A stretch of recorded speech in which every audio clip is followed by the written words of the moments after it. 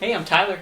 And I'm Katie. You're listening to Not-Stalgia, the only podcast that's soft and chewy. Ooh. Kate, I don't like it. Have you ever seen...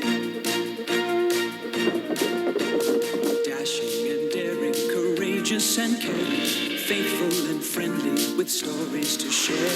All through the forest they sing out in chorus, marching along as their song fills the air.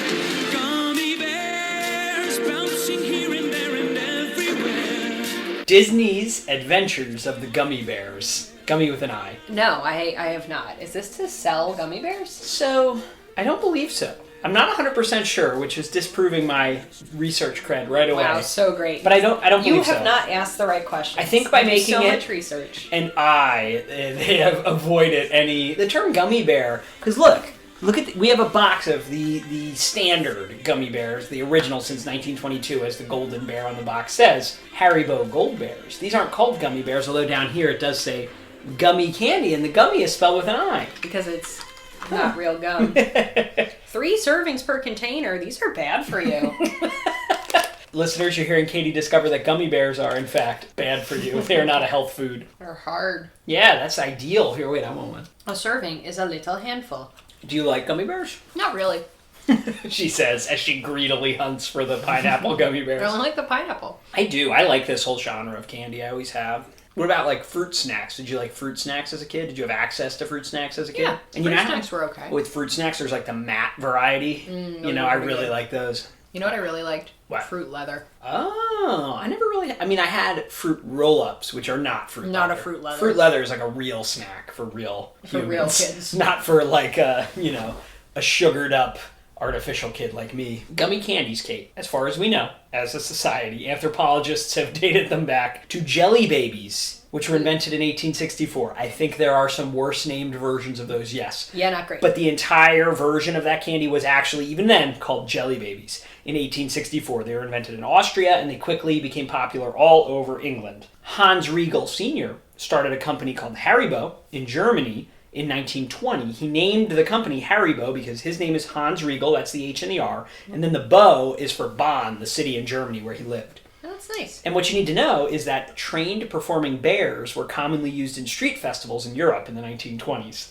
So Riegel saw one of these, because it was like a real popular thing. He saw a dancing bear, and he was inspired by them to create the first ever gummy bear candy in 1922. And it was softer and bigger than these gummy bears, but he eventually shrunk them and hardened them a bit, and that's where we get the gummy bears we're familiar with. Huh. That's 1922. In the 1980s, Kate, it was a low point for animation in the world, and specifically in America. No, gummy candies have nothing to do with it anymore. They will in a second. Animated TV shows are some of the worst, cheapest produced crap you'll ever see, and most of them were reverse engineered to sell toys. We did a little bit of this on our Mask episode. Mask, like the big ones are He-Man. Yes, Masters of the Universe, Transformers, that kind of stuff. No offense to Transformers, we're going to do an episode about it this year. Go ahead and write in if you're angry. And I won't read it. There's some interesting stories about that and the Reagan administration, deregulation, all this stuff. But we're not going to get to that today. What you need to know is that cartoons on TV were not great at the time. Even though they were they're beloved, some of these shows, the quality was bad.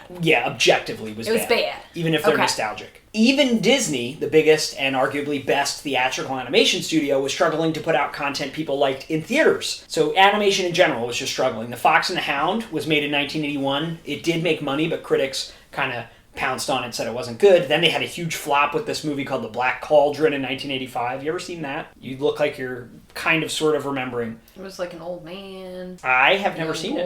There's a big cauldron. And a little boy, yeah, I think you're thinking of the right movie. Maybe I'm mixing it up with The Sword and the Stone. Could be. Anyway, it was a big flop. Walt Disney had died in 1966. The old guard of animators were passing away. That is not an excuse. He's been dead for 15 years. No, what I'm saying is there were no more movies that were coming out that were in the pipeline during his lifetime. It's like basically everyone's watching to see if the studio can survive this post-Disney and post There are these guys called the Nine Old Men, were the lead animators at the time who had worked with Disney since Snow White. They're like dying off and retiring in the 80s. It's a time for the baton to be passed, and people are watching with bated breath to see. And they're dropping if the it will. baton. Kind of, yeah. The 90s is when everything kind of revives. But that 90s revival traces back to the show we're going to watch today. So the Walt Disney Company is undergoing some corporate changes. This guy named Michael Eisner is brought in as the new CEO in 1984, and one of his first orders of business was to do something that Disney had always resisted. Walt Disney had always resisted. He established a television animation division. Walt Disney, as a company, never made animation specifically for TV before this. They were like, movies only. We don't do TV. Hanna-Barbera does TV. It's low quality. Transformers are on TV. Disney does not do TV. Eisner comes in 84, and the first thing he does, he establishes a television animation division. Yeah, He's because like, he let's do has it. dollar signs for Yes, eyes. yes. Now, this was viewed as a huge risk financially because TV animation was notoriously cheap and lame. Disney was known for prestigious, high-quality animation, even if in the 80s they were struggling. That's what their name was still associated with high quality. Okay. Eisner then suggests that their first cartoon be based on gummy bear candies because his son liked eating them. And they're really well known. The way he tells it, he's like, my son was at the store asking for gummy bears, and I realized, let's make that a cartoon. Who knows? But they're a well-known thing, gummy bears, in the public consciousness. So he's thinking people will see an ad for this and go, I've eaten gummy bears, I'll watch this cartoon. Mm-hmm. And like you asked, I forgot I actually put this in the notes because I took these notes a while ago. I cannot find any information. I couldn't find any about licensing, but my understanding is that the gummy bear name is not owned by anyone. Maybe it was too old, maybe just nobody thought to buy it. So the TV show they make, the full title is Disney's Adventures of the Gummy Bears. Created by Michael Eisner, Art Vitello, and Jim Magoon. Jim, J-Y-M-N. We've encountered him before with DuckTales and stuff. Jim Magoon. It aired from September 14th, 1985 to February 22nd, 1991. They had 6 seasons, 65 episodes. The first 4 seasons were on NBC. The 5th season was on ABC. And the final season was part of the inaugural year of the Disney Afternoon, which we've encountered before. It's their block of programming because by 1990 and 1991, they have enough television animation to launch their own block. This was the first show, though, that was like the proof of concept. Basically, because this was successful enough, they had the confidence to start things like DuckTales and their other shows, which took off in a bigger way. What I find kind of interesting about this show is that about half of the episodes are 30-minute stories, and the other half are 2 short 15-minute stories. It's kind of a weird mix, where most cartoons for TV, as we've encountered on this show many times, are either full 30-minute episodes, all of them, or 2 short stories. This was both. It was throughout all the seasons. They mixed and matched. And this show is really weirdly important. A lot of people give it credit for making TV animation good. It's like, not the missing link, but it bridges the gap between the toy commercial 80s shows and the 90s where we get those creator-driven shows that I love, like the Nicktoons. Gotcha. I have never seen a single episode of this like you. The reason we're watching it is because one of our listeners, Joe, who suggested Super Dave. In my notes, I say he suggested Super Dave last week. We're recording this on almost New Year's Eve, 2021. We did that episode like months ago, so obviously we got distracted. So this listener, sorry, Joe. Thank you, Joe, if you're still like, wait, where's that episode? He told us we have to watch it because he heard us talk about, I mentioned it, on the Tailspin episode we did like a year ago, and when I said we had never seen it. I did ask Joe for a follow-up when he suggested this. I said, can you tell us what episodes to watch? And Joe said, quote, no, I can hardly remember it other than I watched it all the time. I mean, I was only 9 when it stopped. Man, that intro song, though, I will remember that forever. Good for you, Joe. So, we got a bag of Haribo Gold Bears. So if you hear chewing, that's No, why. we're going to edit that out. And if you have problems hearing people chew, know that I do as well. So and why it's would okay. you make a podcast then where you chew throughout It's it? not just that you hate your husband. It's just that you're closest to him while he's chewing most of the time. You hate the idea of your husband eating because it means he'll live longer because he's eating. We're going to watch, I just picked these randomly. I wanted to watch one full-length episode and one of the short segment, the shorter stories. So we're going to watch Season 1, Episode 9, The Secret of the Juice, and Season 4, Episode 6, Tummy's Last Stand. Why is he encouraging Tummy to lose some weight? He's He's literally a gummy bear. He's made of jelly. It has the show, so I don't know anything about it going in. It has something to do with magic juice. Sonny, pay attention. One mistake and disaster. Yes, Grammy. First, you stir slow to the right, then slow to the left, then bang! to get out the bubbles. Did you get that? Oh, yeah. Then let's see you do it. Let's see. Stir the juice No, that's too fast. and bang! You've ruined our only batch of juice. It's not my fault. There's too many things to remember. Let's see if the theme song's as good as Joe says. Please eat these gummy bears. I want a gummy worm. Oh. Ew, I'm not eating this. It's lemon. I like when they scream gummy bears. That's really In good. the song. So I've learned nothing from this intro about like what it's They about. bounce everywhere. All right, so I guess the bears, the gummy bears are powered by something called gummy berry juice. There's an evil man. He wears some kind of wrestling singlet. Yeah, it seems like the gummy bears themselves have a little cottage industry harvesting the gummy berry juice. And now this like industrialized man is coming to town to completely destroy the naturally growing gummy berries and their business. And everyone here does lots of labor picking Yeah. these berries. I like that matronly figure who's just reminded us all that if you are not born to an immense wealth, you will never become immensely wealthy. I wish I was a princess like you. Well, you're not. You're a gummy bear. Oh, is that Lorenzo music? I think that's Lorenzo music. Oh, it's also worth noting when they did this as one of the first things they ever did with their television animation division, they weren't sure yet if they wanted to use known Disney characters because they basically thought if this is really crappy and no one likes it,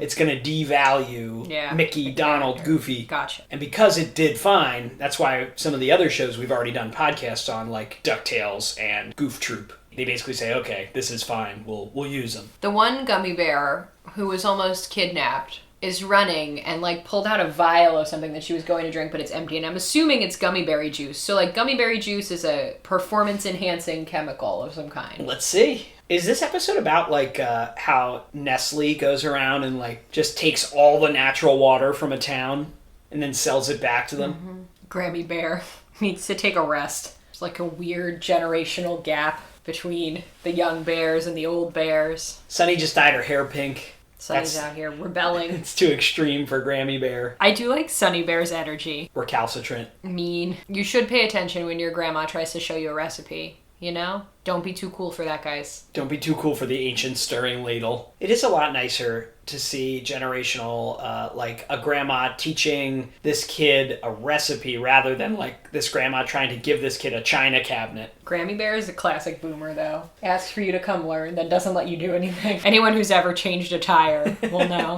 So the gummy bear juice, if you don't stir it just right, it explodes everywhere and burns you. Maybe she's going to be happy to be kidnapped and be able to teach this evil guy the recipe. At least he'll listen. He will listen. It's a lot like that Breaking Bad where Jesse has to go to Mexico to teach those guys how to cook. What are they riding? It's like a duck sled. It's Grandma out here mixing up poison. All right, so it is some kind of performance-enhancing juice. that they're Anabolic making. gummy juice. Yeah. Oh no, they're pouring these bears into an incinerator. It's not good. This does seem like a really volatile juice mixture, doesn't it? Right. Oh my god, now they're gonna torture this grandma. Alright, so they're just gonna waterboard this grandma bear until she gives them the recipe. Yeah, they have a series of real torture devices in the dungeon. This is a really weird sequence. So the joke was they could dunk her and waterboard her, they could use the legit rack where they stretch her, or the worst one, they tie her down and tickle her feet with a feather. And we're just watching her get tickled. It's very strange. It is reminding me though that my kindergarten teacher, who I really liked, was great, wonderful, well-loved teacher. For your birthday, she would engage in this thing called tickle torture to you and tickle you so hard till you begged for mercy. And should I report that to someone? Let's cut that part out. Wait, do they have magic? Oh yeah, they're magic bears also. Huh. These bears have a concussion. A boiling hot Right, juice. so she's drinking this boiling hot juice that I guess it makes you bouncy. Maybe it's gelatin? She's bouncing all over the place. She's super fast. They're dropping Grammy to her death through a window. She gave that to the human woman? Yeah, what happens when she drinks it? It just makes you bouncy. Michael Eisner, this was not good. It was a bad idea. My son ate a gummy bear. He's a genius. No wonder they left. The food here's awful. But it's the perfect place to get you in shape. Me?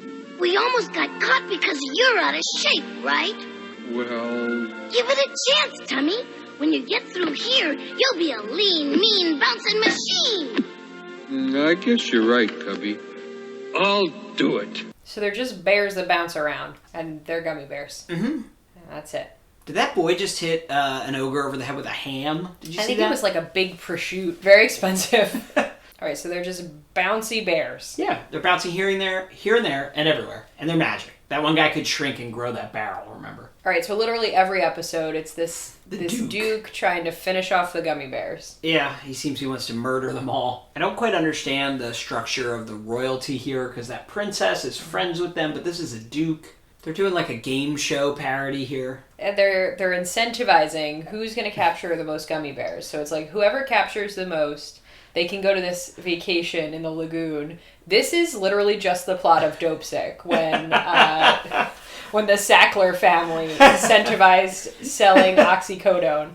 Wow. I'm just saying. Kate, you wow me every day, and this is a new one. I didn't expect you to successfully compare Gummy Bears and Dope Sick. Listen, it's not a great show, but it is really interesting about the Sackler family. Go ahead, look it up. I saw this more as like in middle school when you had to sell magazines.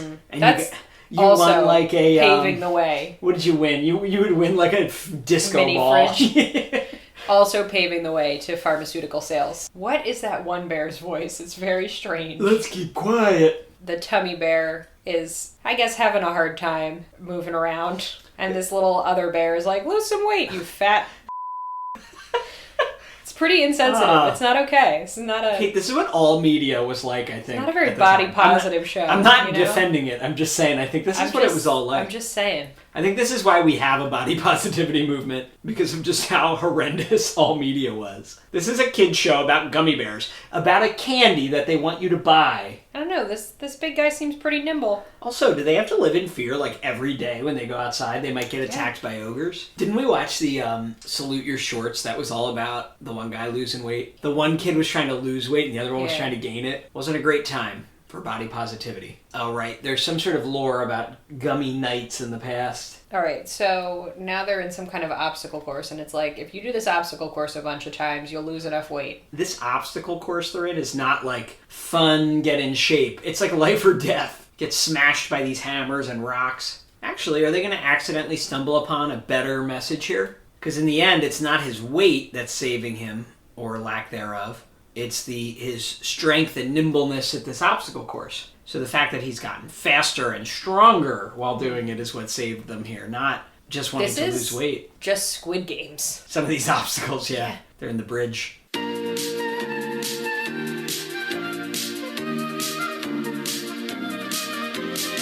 All right, Kate, what do you think? That was not good. I'm sorry, Joe. That wasn't great. The best thing about it was the theme song. Yeah, I mean, I think we could have saved ourselves 40 minutes and just noticed from what Joe said. I can hardly remember it. The intro song, though, I will remember forever. Right, that means just what we learned. Wasn't great. The show is not that memorable. I gotta say, though, like the later Disney animated stuff from the Disney afternoon, I enjoyed a little more than this. So of all the ones we watched so far, this is probably the worst. They were still figuring it out. Yeah, it was pretty dreadful. At least some episodes are short. Because that first one was very long. It was all long. I know. Ooh. All right, Gummy Bears, 10 negative splats. Actual gummy bears, they're okay. Yeah. Gummy worms, much better. There's no show. We should make a show about gummy worms. Horrific, wriggling. Sour gummy worms. What are they? Trolley bright crawlers. All right, send us your suggestions. You can send us a voice message through the Anchor app or through the link in this episode description. You don't even need to download the app. You can email us, Not-Stalgia@AOL.com. That's another great way to get in touch. Or send us messages through any of our social media apps. Socials, as the kids say. I'm not young enough to say that. All right, thanks for listening. Go eat a gummy bear, but don't watch the show. Just go listen to the theme song and eat a gummy bear.